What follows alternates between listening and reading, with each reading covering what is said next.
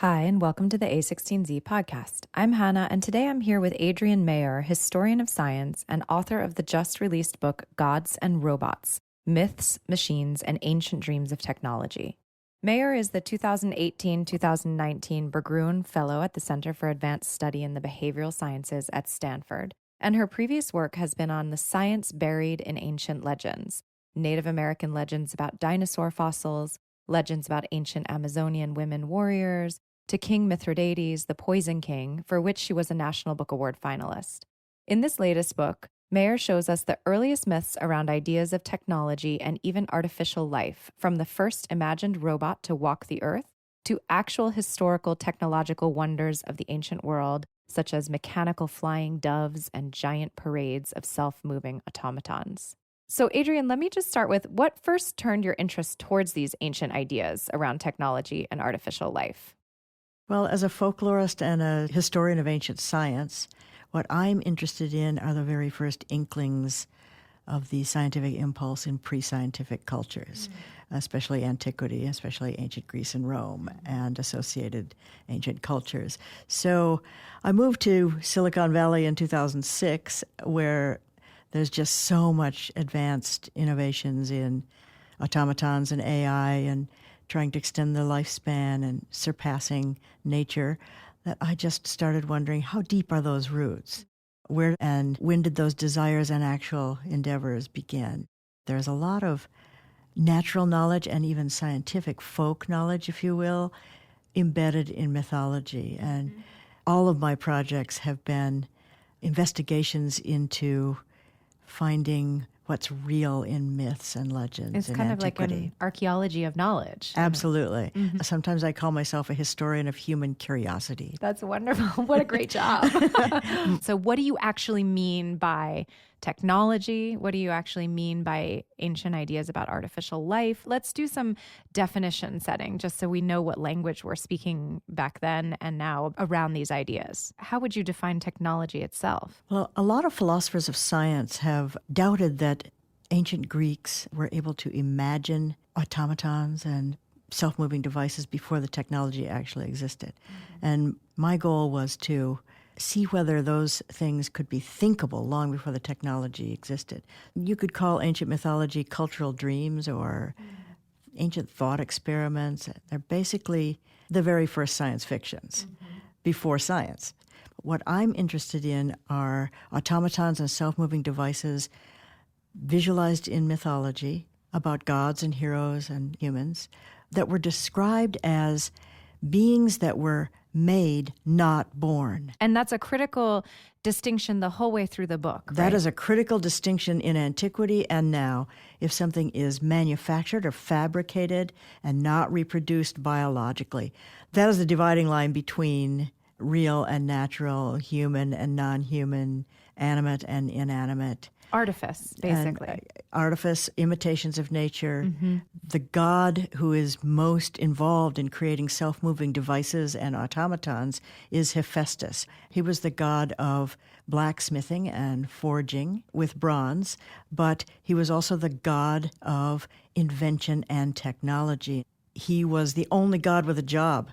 He's the only one who breaks a sweat when he's working. All the other gods have lives of leisure, and they are in awe of his special abilities in his forge with technology and invention. So they ask him to make them special weapons, various baubles and contraptions for the gods. He made automatic gates for Mount Olympus that would automatically open and close when the gods or goddesses approached with their chariots. He also made a fleet of what you might call automatic butlers. These were tripods on wheels that would deliver ambrosia and nectar to the god's feasts and then return automatically to him when they were empty. All these devices were described by Homer. This is 2,500 years ago or more. We're hearing about ancient Greeks imagining self-moving devices and automatons. And so does technology mean to you the tools to have made those things?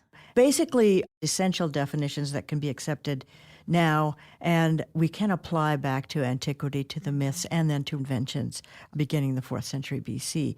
A machine is essentially a device that changes the direction or magnitude of a force. So a machine, the very earliest machines, humans always had a desire to make machines, to enhance their own abilities and powers. So an atlatl, or the first bow and arrow, those are essentially machines. An atlatl? An atlatl preceded the bow and arrow. It was a device that held a spear stable, and then you could throw the spear using this device. It would go much further and much straighter. I guess the principle today would be those devices that you use to throw balls for your dog at the beach. Right, okay. But with a spear. Yeah, but as as you see, it's a human enhancement. Yes. It amplifies the magnitude and refines the aim and distance of the missile. So those are the first machines. You also use the word an automaton. Maybe we can break that down. Automaton is usually understood as a self-moving construction that can carry out a job or a task, and some automatons can actually respond to their environment or a situation. And the word robot, is that interchangeable with automaton? Robot, even today, that's a very slippery term. There are many different definitions floating around.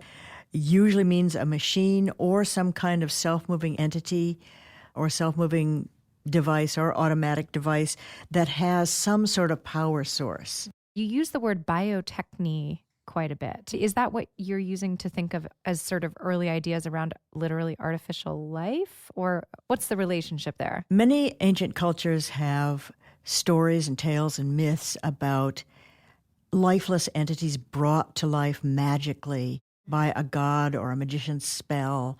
And instead of inert things brought to life by magic or the command of a god, I'm looking for myths and stories and ancient accounts of automatons and self-moving devices that were technological products.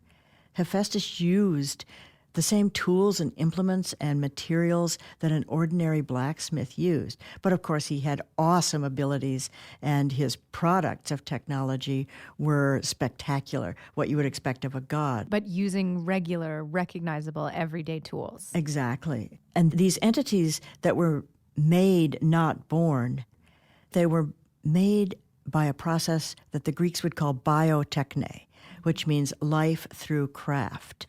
And it is the root of our word biotechnology. So what we're looking at are ancient myths imagining automatons and self-moving devices created using biotechne, or an ancient version of biotechnology. What an amazing idea. So you open the book with a story about the very first robot. The very first robot to walk the earth was the bronze robot named Talos. The story of Talos is very ancient indeed. It goes back to Hesiod and Homer, who lived in the period of 750 to 650 BC. So we're talking about an extremely ancient imagining of a robot made of bronze set to work on earth. He was created by the god Hephaestus for Zeus to give to his son, King Minos, to protect Minos' kingdom of Crete. He was able to march around the island of Crete 3 times a day. Some people have estimated that he went maybe 500 miles an hour. So fast. And he was not a mythical creature. He was made, not born. We actually have his internal workings described. Talos' job was to notice ships that were approaching Crete, strange ships, pirates or other invaders. He would then grab boulders and hurl these boulders at the ships to destroy the ships. But in close combat, should anyone come ashore, Talos had yet another capability, which was to heat his body red hot. He's made of bronze. He's able to heat his body until it was red hot, grab up a victim and crush them to his chest, and roast them alive. This is a horrible way to go. Yes. So he's a guardian. He's a guardian of Crete, and he is somehow aware of his surroundings. He can spot approaching ships, and then he can decide to take action. Ancient coins of Crete depict Talos as a giant man hurling boulders, carrying out his job. Now, in the ancient epic of Jason and the Argonauts, Jason and his sailors almost became victims of Talos. So the story of Talos was also told by Apollonius of Rhodes. So what was Talos's power source, if that's an essential part of the definition of robot? Talos can be defined as an ancient robot because of his source of power. Hephaestus created him of bronze. He was hollow, but he had a single artery that went from his head down to his feet. And in that artery pulsed not blood, but ichor, which was the fluid of the gods, which made them immortal. And the entire vivasystem, if you will, was sealed with a bronze bolt on his ankle. So he is a product of technology. The definition is really clear that he was constructed by a god of technology and innovation. Well, and he was defeated by precisely that one ankle hinge, right? Medea, who was a sorceress, was accompanying Jason and the Argonauts on their quest for the Golden Fleece. Figures out how to destroy Talos before he can kill them. She says, we don't know if he's immortal, but we do know that his entire system is sealed by that bronze bolt on his ankle. Let me see if I can persuade him to allow us to remove the bolt. And she uses her powers of persuasion on this giant bronze robot. And here's where we know that he has some human features of sentience, that he has emotions. She tells him that she can make him immortal, and he wants to become immortal. He has desires. He has a desire to live forever. He doesn't want to be destroyed, and that is his downfall. He agrees to allow Medea and Jason to remove that bolt from his ankle. And the myth says the ichor poured out like molten metal. Which is another very technological image. The other interesting thing to me is that there are at least 2 ancient vase paintings from about 450 BC that show Jason and Medea using a tool to release that bolt on his ankle. Well, like a wrench or like a... What does it look like? It's very hard to see, but if you use a magnifying glass, it looks like a small wrench. That is amazing. So they're working on the robot. Which confirm that Talos is conceived of and imagined as a technological product, a product of biotechne, that he really was manufactured and not a giant human or something magical. So the thing that stands out to me in that is this wrestling with this idea of like a creature created for service to humans, but that sort of on this blurry line of sentience and not sentience, right? Which is something that persists with us today, right? Our anxiety around this sentience or not. Yes, and today a lot of social scientists and psychologists try to understand, why do we tend to humanize robots and AI and automatons? We tend to... We can't help it. I know. We tend to bestow life and desires and human emotions to them, even though intellectually we know it's not true. Well, that was true in antiquity, too. Medea suspected that this bronze man might have human emotions, and she played upon those and exploited them. The other interesting message from the story of Talos is that he was a product of technology, carrying out his duties, but he was destroyed by technology, too. I also think it's really interesting that you see these glimmers of wrestling with issues around command and control, right? Like that this is a robot who has been programmed to do a certain kind of protection, but anxiety we cannot control. There were ancient plays about Talos in antiquity.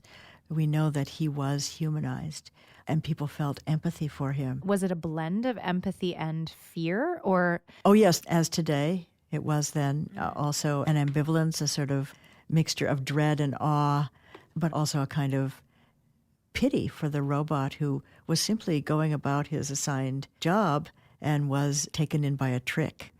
There are some ancient vase paintings that show Talos being destroyed, and he's falling backwards, and you can see the rivets and the seams of this bronze giant, and yet there is a tear falling from his eye.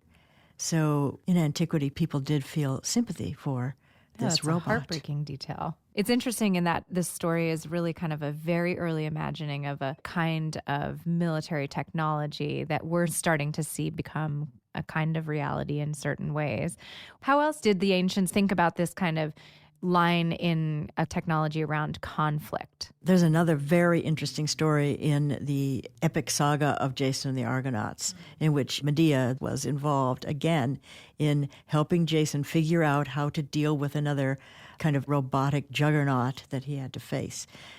Medea's father, the king of Colchis, imposed an impossible task on Jason before he could get the golden fleece. He had to yoke a pair of fire-breathing bronze bulls. These were robotic bulls made of bronze, by Hephaestus, of course, and they breathed fire. Now, the king thought that Jason would be killed, burned up by these robot bulls, but Jason was able to yoke them. So the king imposed another task. You need to plow a field, and you need to plant dragon teeth, which will immediately grow into an automaton army. Many people remember this scene from the cult movie Jason and the Argonauts from 1963. It was a horrifying scene. No one can forget, if they've ever seen it, these skeleton soldiers armed with swords popping up out of these plowed furrows. And they're unstoppable, and they're multiplying, and they are programmed, so to speak, with one task: to go forward and attack. That is all they can do. They cannot be led, they cannot retreat, and their orders can't be changed. So Medea figures out how to trigger their programming to destroy them. She advises Jason to throw rocks into their midst. And the blows on their shields trigger their attack programming, and they begin attacking the soldier nearest them, their own companions. And they feel the blows on their shields and begin to attack each other, hacking at each other with their own swords. Jason and his men can now rush in and finish them off. And this story really has a lesson about cyborg soldiers and issues of command and control. It's essentially hacking, right? She sort of hacks them to... I like to call Medea a techno wizard because she seems to be able to figure these things out by thinking about the programming and the systems of these inventions of the god Hephaestus. And she's able to destroy them by using their technology, turning their technology against them. So you could call her the first hacker. I hadn't thought of that. I love it. No, I mean, it's true, right? She's hacking the system. Let's talk a little bit about Hephaestus, this amazing god of invention, because Talos was not his only invention. He had a huge range, and that range shows quite a bit of all the different ways that the ancient Greeks were thinking about invention, technology, and creation. What were some of the other tools and inventions that Hephaestus was known for creating? The god of invention and technology, Hephaestus, had a fantastic resume. And not only did he invent the first automatic garage doors for heaven, he also invented a staff of golden women who looked like real women in every way, but they were made of gold, and they were endowed with strength and intelligence, and he then bestowed upon them all the knowledge of the gods. This is essentially a data dump of information they don't really need, but who knows, they might need it in helping him. I think you said lifelike humanoids. They were these golden servants, female androids, who bustled around his workshop, anticipating his every need. And so these were AI servants. You say mobile with reasoning and intelligence, but critically they were not human. So yes, this is a kind of pre-AI idea of artificial life. Yes, I think so. They're lifelike. They are self-moving. They anticipate his needs, and they have a huge wealth of information stored inside them, just in case it might be necessary. So essentially, they are the first AI entities in Western literature. And it was Homer who describes these. What's interesting about Hephaestus's marvels and inventions is that they were almost all created for the benefit of the gods. in the heavens. In service to them. Yes, but when Hephaestus made things that would be sent to Earth, that's when problems arise. There was another entity that Hephaestus was commanded to make by Zeus, and that is Pandora. Now, Zeus was very angry about humans receiving the secret of fire from the Titan Prometheus. And as we all know, he punished Prometheus by chaining him to a mountaintop, and Hephaestus forged a bronze eagle to come like a drone at the same time every day and peck out the liver of Prometheus. That was the punishment for stealing fire from the gods and giving this very important technology to humans. But Zeus also created a very merciless punishment for humans for accepting that gift of fire. Zeus commanded Hephaestus to make an artificial woman that he would send down to Earth to bring ruination to all humankind. And Hephaestus created Pandora, who was, once again, made, not born. She had no childhood, no memories, no parents, no emotions. She was programmed with one task only. She was sent to Earth with a sealed jar or box that contained every human misery and all the suffering of humankind. Her only task on Earth was to insinuate herself into human society and open that box. We never hear from her again. She completed her task on Earth.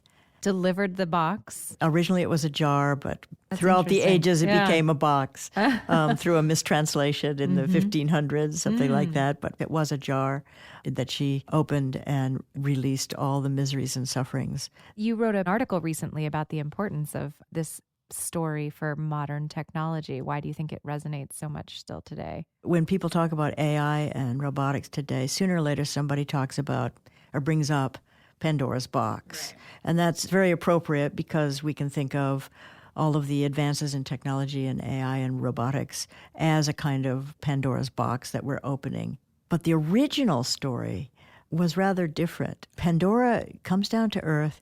She is escorted to Earth by Zeus's messenger, Hermes. And Hermes takes Pandora to Prometheus's brother, Epimetheus. Now, their names are very interesting. Prometheus means foresight, looking ahead in Greek. Epimetheus, he's a cheerful, sort of happy-go-lucky guy. He's the perfect patsy. His name means hindsight or lack of foresight. He's unable to look ahead. So he's the perfect person to receive Pandora into his life. And he is dazzled by the short-term gains, the beauty of this ravishing artificial woman. And Hesiod, the ancient poet who tells us this story in about 700 BC, says that Epimetheus only realized his mistake later. But Prometheus attempted to warn his brother Epimetheus. Prometheus is, justifiably paranoid about Zeus's gifts and commands and things that Hephaestus makes. So he warns Epimetheus not to accept Pandora into his life or her dowry, which is that sealed box. Epimetheus says, yeah, but she's beautiful. And I'm gonna. And I'm gonna.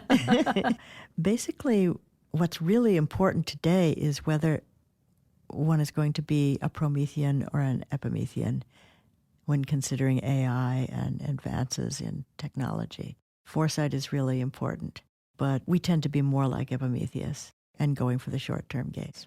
I thought it was very interesting when you talk about the Aristotle sense of the consequences, of the economic consequences of these inanimate instruments and things that do labor for us. Can you talk us through a little bit about how Aristotle was thinking about those consequences? One reason I wrote this book is to point out that these stories are kind of a mythology for the age of AI.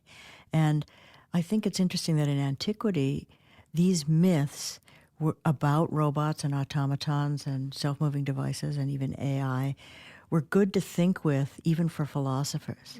So we have Aristotle, who actually defended the practice of slavery in Athens, ancient Athens. And yet, in one remarkable passage, Aristotle starts to muse on the old myths of Hephaestus, making these golden women to help him in his shop and the traveling carts that fed the gods and then returned, and a bank of bellows for his forge that actually could adjust their blast according to his needs. Aristotle mentions all those, and then he sort of throws out a thought experiment. Well, if we had such things today in our real life, if we had looms that could weave by themselves, or musical instruments that could play themselves, there would be no need for slavery. And if only he had gone on with that thought. But he didn't. He stopped right there. It seems to be something that occurred to him, and then he moves on. A flicker, yeah. And yet that flicker of realization of what automatons and automation, how it could affect a society both socially and economically, occurred to Aristotle back in the 4th century BC. You talk quite a bit about how these were ways of thinking about ethics overall. Were there differences that you noticed when you went back between sort of how some of the ancient Greeks and Romans were thinking about the ethics around these ideas about artificial life and the way we tend to think about it today? I have an article coming out called Tyrants and Robots, because in both myth and historical times in antiquity, it's tyrants, autocrats, who are really interested in deploying automatons. The enhancement of power. It's a way to amplify your power. And so we have Zeus, who is the all-powerful god. He's the lord of gods and men. And he commands Hephaestus, forces Hephaestus, sometimes against his will, we hear, to create a killer robot for Minos on Crete, an evil fembot, Pandora, to devastate humankind. And then we hear about kings in myth who own a pair of robotic fire-breathing bulls that would kill anyone who came near them, or can deploy an automaton army that can't be stopped. So kings are very interested in having these automated, animated statues and various robots. It's interesting that even back then there was an awareness of the deep relationship between power and technology and Absolutely. potential imbalances as well. Let's talk a little bit about the actual early historical examples that you touch on in the book. You spend a whole chapter talking about some of the actual technology that you were able to pull out of the archives. What were some of those examples? Well, in antiquity, there certainly was technology. The use of robots and self-moving devices by autocrats in myths was echoed in real life. There are many instances of real kings with absolute power who deployed automatons and animated statues, not just to aggrandize their power, but to actually kill masses of people. Artisans and craftsmen and sculptors and engineers offered their services to autocrats because they knew they would be rewarded. Those autocrats and monarchs held contests to find new innovations in military machines. That's how the first catapult was invented for Dionysus the First. It makes me think about how DARPA holds contests for various things. And incidentally, DARPA is currently working on an automated exoskeleton that will have AI capabilities for soldiers. And they deliberately came up with the acronym Talos. Oh, they did. Oh, interesting. Well, that works So very well. The first surface-to-air missiles that were built after World War II were called Talos missiles. Talos missiles were placed on ships, and they patrolled the seas. It's a very similar function to ancient Talos. Guardian weaponry. Yes. Again. The very first automaton that could fly was created by a friend of Plato named Archytas. He was just a polymath, a brilliant inventor, engineer, and a general, and he created an artificial bird in the shape of a dove that could fly several yards. It had to be reset after it flew, but this was a rather amazing invention. It caused a big sensation. Modern engineers are fascinated by this historical incident so early, 4th century BC, and they guess that it was probably steam-driven by captured steam. We have only a small fraction of what was written down in classical antiquity. So what we have just shows the tip of the iceberg of real inventions. There was also a mention of actual real robots at that time. What was that? Well, I can tell you about some benign robots and some evil robots. Okay, let's hear that were both. actually designed and manufactured in antiquity. The king of Sparta, Nabis, came to power in the 200s in Sparta. He was a very harsh dictator. He was widely detested, and he ended up being assassinated in 192 BC. He and his wife ruled with an iron hand, and their reign was long remembered for extortion and actually torture and mass killings of citizens of Sparta and the surrounding territories. Many historians said that his wife, Apega, was even more cruel than Nabis. One of his great ideas was to have some engineers create a robot in the shape of his queen, Apega. It looked just like her. It maybe even had a wax face that was cast from her face. And he dressed it in her finery. What an incredible image. Yes, someone has recreated this. You can find it on YouTube, a Polish engineer.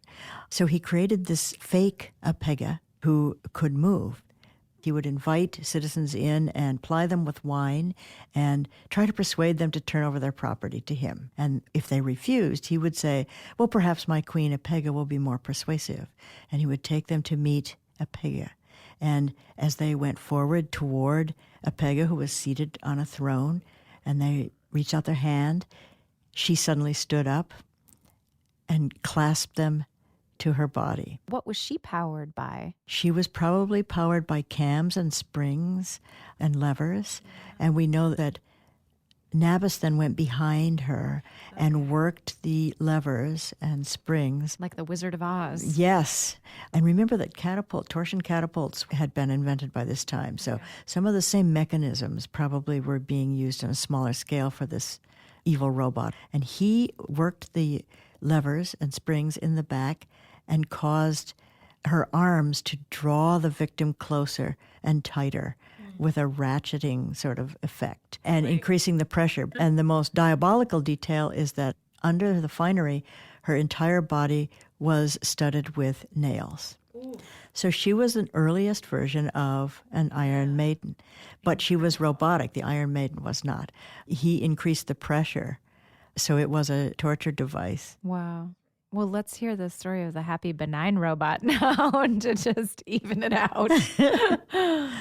Ptolemy II Philadelphus of Alexandria was an extremely powerful monarch. He lived in Alexandria, which was the hub, the center of innovation and engineering inventions, where craftsmen and brilliant engineers were actually creating genuine self-moving devices and automatons. And many of the most spectacular ones were displayed in the grand procession of Ptolemy Philadelphus.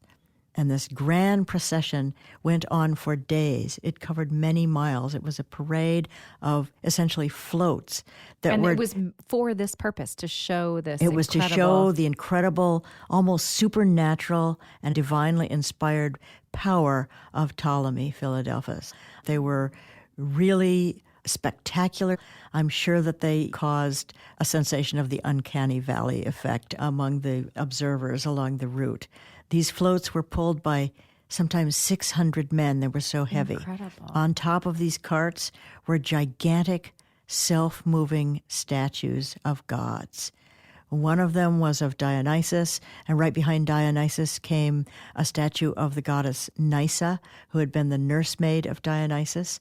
And she was seated on a throne, dressed in yellow silk, and she was holding a jug of milk and a bowl. Do we know what they were constructed of and what mechanisms? Because they were so heavy, they were probably not constructed of metal or bronze, perhaps some gold plating, but they were probably constructed of wood and plaster. She was 10 feet tall. She periodically along the route stood up and poured from the jug into the bowl actual milk. Wow. which overflowed onto the root. So people could see that it was actually milk. And then she would sit down again. Now, this has to be a very robust mechanism for her to stand. I'm wondering pour. how the milk even got in there and where. That's why these carts were so heavy and had to be pulled by so many men. So the tank of milk would be hidden. And how do you get that much milk? And people have tried to figure out how the statue worked. It had to be robust enough to allow her to stand and pour and sit down in a stately manner, as befitting a goddess. It couldn't be jerky or awkward in any way. And she was just one statue of how many? She was just one of them. Well, the parade went on for miles. Wow. So there are many of these. No, that's amazing. What a sight. So we know that a lot of the same themes tend to come up, right? This relationship of technology as power, issues around command and control, human, not human, questions about sentience and empathy when it comes to these made, not born beings. It gives us this awareness, right, that some of these issues are as old perhaps as civilization itself. What do we learn from thinking about these ancient legends and understanding the deep, deep roots of the technological ideas? Well, the deep roots show us that there's always been a connection between mythology and imagination and science. And the fact that its roots are so deep, I think, tells us something about human nature that we should pay attention to. What do you think it tells us? That we'll never be able to resist trying to imitate life. Yuval Harari has pointed out that history kind of began when humans created gods, but history will end when humans become gods. He's also pointed out the relationship between totalitarianism and automation and AI. So if there's a way of thinking about going forward, right, with these historical imaginings, these that are as old as civilization itself, which story do you think, or what would you want for our founders and our technologists listening to think about as they bring the next generation of technology out into the world? You know, recently someone asked me if there's a figure from Greek mythology that sort of evokes the conscientious technology engineer or person who's striving to use AI for the betterment of humanity. And so what it made me think of was a recently discovered papyrus that has a fragment of an unknown myth about Hephaestus. Oh, how interesting. Something new. Well, it was discovered in 1986 and recently deciphered. And it tells about Hephaestus forging an automaton in the form of a lion to defend the island of Lesbos. Another guardian robot. There were a lot of these in myth. The god animated this bronze statue with intelligence, and the scrap says he endowed it with powerful substances beneficial to mankind. That's the end of the scrap. We don't know anymore. But that just seems so heartening because I think in the Asilomar conference of 2017, one of the rules that the AI thinkers came up with is that AI should be beneficial to humankind. Thank you so much for joining us, Adrienne. Thank you.